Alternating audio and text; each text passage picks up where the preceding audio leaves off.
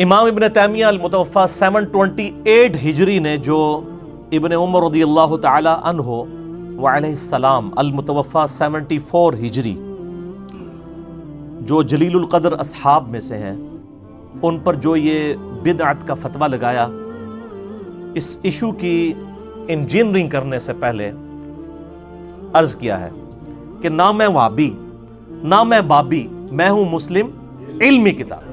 نہ ہم so called وہابی ہیں، کوئی علمی بات کرے اس کو وہابی کہہ کے اگلے بندے کی مت مار دی جاتی ہے، کوئی بات ہی نہ سنے۔ اور نہ ہم بابی ہیں، یہ میں نے ٹرم ڈیوائز کی ہے، بابوں کے ماننے والے، بابوں کا جھوٹا دفاع کرنے والے۔ ہم علمی کتابی مسلم ہیں، یعنی کتاب و سنت کے دلائل میں جو صحیح بات ہے وہ امت تک پہنچانے کی کوشش کرتے ہیں، الحمدللہ۔ میرے بھائیوں، بابے سب کو ہی پیارے ہوتے ہیں، حتیٰ کہ سلفی اور اہل حدیث علماء بھی اس فتنے سے آزاد نہیں ہیں۔ لیکن یہ بھی حقیقت ہے کہ اہل حدیث کی جو عوام ہے وہ الحمدللہ کافی حد تک اس فتنے سے آزاد ہے، بلکہ میں تو کہتا ہوں وہ 24 کیرٹ سونا ہے اس حوالے سے۔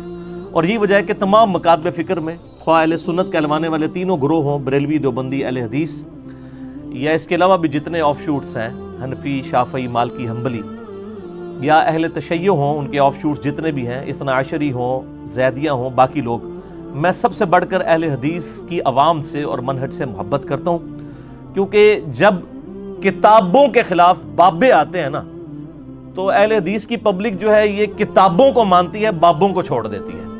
اور باقیوں کا حال یہ ہے کہ وہ بابوں کو پہلے لے کر آتے ہیں اور کتابوں کو سائڈ پہ لگا دیتے ہیں۔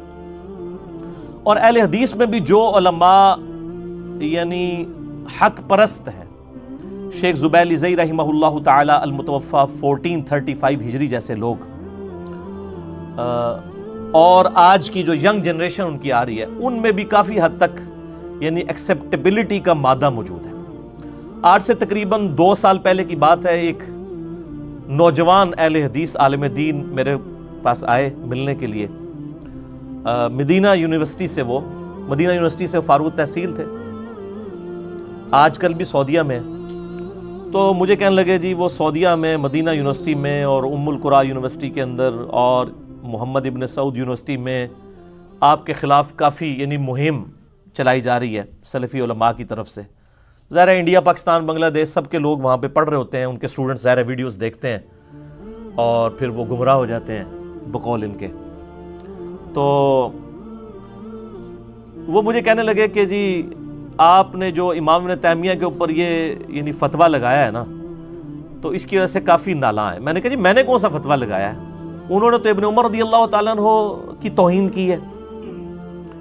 کہتے ہیں نہیں وہ ہو سکتا ہے دارالاسلام والوں نے ترجمہ ہی غلط چھاپ دیا اور مجھے عربی عبارت پڑھائیں۔ میں کہا چلے عربی والا شوق بھی آپ کا پورا کر دیتے ہیں۔ میں نے لیپ ٹاپ کھولا، مکتبۃ الشاملہ میں اقتداء الصراط المستقیم ابن تیمیہ کی جو کتاب ہے میں نے کھول کے سامنے رکھی، میں نے کہا یہ عربی پڑھیں۔ اب وہ عربی پڑھتے جا رہے ہیں اور ترجمہ کرتے جا رہے ہیں، اب ان کو بھی پتہ ہے کہ کیا یہ بات کی ہوئی ہے، میں آج انشاءاللہ ورڈ بائی ورڈ آپ کو بتاؤں گا بھی۔ بہرحال یہ دارالاسلام والوں کا جنہوں نے ترجمہ کیا ہے وہ تو ان سارے علماء سے بڑے علماء ہیں، تو بڑا ذمہ دار ادارہ ہے۔ بل میں نے کہا جی آپ عربی پڑھ لیں، ہم انشاءاللہ جے پی جی اس میں ایڈ بھی کرتے ہیں۔ عربی پڑھتے تو ان کے چہرے کا رنگ فاق ہونا شروع ہو گیا۔ جب آپ نے سچائی قبول نہ کرنی ہو اور آپ نے جھوٹا دفاع بھی کرنا ہو تو آپ کا چہرہ خود بول رہا ہوتا ہے۔ یعنی ہماری ویڈیوز میں جو کانفیڈنس لیول آپ کو نظر آ رہا ہوتا ہے وہ اسی وجہ سے نظر آ رہا ہوتا ہے کہ سچ بول رہے ہوتے ہیں۔ کیوں؟ کیونکہ نہ میں وہابی نہ میں بابی، میں ہوں مسلم علمی کتابی۔ کہتے ہیں وہ دیکھیں جی علی بھائی اصل میں ان کا کہنے کا مطلب یہ نہیں تھا، وہ اصل میں انہوں نے ان کے عمل کو بدعت کہا ہے، ان کو بدعتی نہیں کہا، ان کے عمل کو بدعت کہا ہے۔ اے ہوئی نہ کان اینج کر کے پکڑ لو۔ میں نے کہا میرے بھائی قبر میں جا کے اللہ کو تم نے منہ دکھانا ہے، اللہ سے ڈرو اور بابوں کے پیچھے جو ہے وہ اپنے آپ کو تو خراب نہ کرو۔ تو جب میں نے تھوڑی سی ان کو آر دلائی نا تو وہ ساتھ ہی ڈھیلے پڑ گئے۔ کہتے ہیں علی بھائی جب مجھے پہلی دفعہ پتہ چلا نا حقیقت بات ہے، میرا دل بھی بڑا دکھی ہوا، کیونکہ ہم تو اہل حدیث علماء سے بچپن سے یہ سنتے تھے کہ ابن عمر اتنے متبع سنت تھے کہ وہ صحیح بخاری میں اوپر تلے 10 احادیث آتے ہیں جن کے کانٹیکسٹ میں یہ یعنی فتویٰ لگایا گیا تھا کہ وہ صحیح بخاری میں انٹرنیشنل نمبر کے مطابق 483 سے لے کے 492 تک کہ ابن عمر اپنے سفر حج کے دوران ان جگہوں پر نبی صلی اللہ علیہ وآلہ وسلم کی اتباع میں نماز پڑھا کرتے تھے جہاں پر نبی علیہ السلام نے اپنے سفر حج میں پڑھی تھی، حتیٰ کہ مسند احمد میں یہاں تک آتا ہے کہ اس جگہ پہ پیشاب بھی کرتے تھے جہاں نبی علیہ السلام نے سفر حج میں پیشاب کیا تھا۔ یہ محبت کا ان کا ایک انداز تھا، اور اسی کو ابن تیمیہ نے کہا یہ بدعت ہے جو ابن عمر نے کی ہے، نعوذ باللہ۔ وہ انشاءاللہ میں انجینئرنگ بعد میں کرتا ہوں۔ تو وہ کہتے ہیں کہ جی ہم تو یہ بڑی محبت سے سنا کرتے تھے، آج اہل حدیث علماء اس واقعے سے ابن عمر کو برا کہہ رہے ہیں اور ابن تیمیہ کا دفاع کر رہے ہیں کیونکہ بابا آ گیا نا بیچ میں۔ تو کہتے ہیں نہیں جی مجھے تو واقعی دکھ ہوا تھا، اور آج تو میں نے عربی عبارت بھی پڑھ لی ہے، واقعی یہ ابن تیمیہ نے جرم کیا ہے اور ابن عمر کا موقف درست ہے۔ میں انشاءاللہ آج قرآن و سنت کے دلائل کی روشنی میں بتاؤں گا کہ ابن عمر کا موقف کس طرح درست ہے انشاءاللہ تعالی۔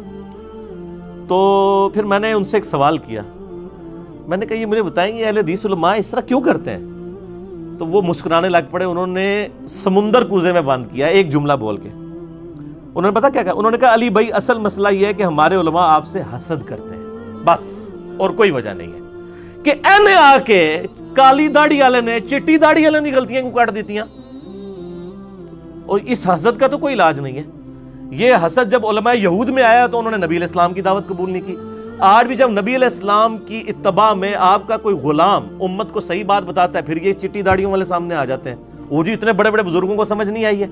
یار آپ کے سامنے دلائل رکھے جا رہے ہیں، آپ خود بتائیں کہ یہ بڑا بزرگ ہو یا چھوٹا بزرگ ہو، کوئی بھی بزرگ نبی علیہ السلام سے بڑا تو نہیں ہو سکتا۔ امام کائنات سید الاولین والآخرین شفیع المذنبین رحمۃ للعالمین سیدنا و مولانا امام اعظم محمد رسول اللہ صلی اللہ علیہ وآلہ وسلم کی مبارک ذات سے بڑھ کر تو کوئی بھی ہستی نہیں ہو سکتی نا، ٹھیک ہے جی۔ جب ان کے ساتھ کسی کا مقابلہ آ جائے گا پھر تو باقی ساری چیزیں چھوٹی رہ جائیں گی۔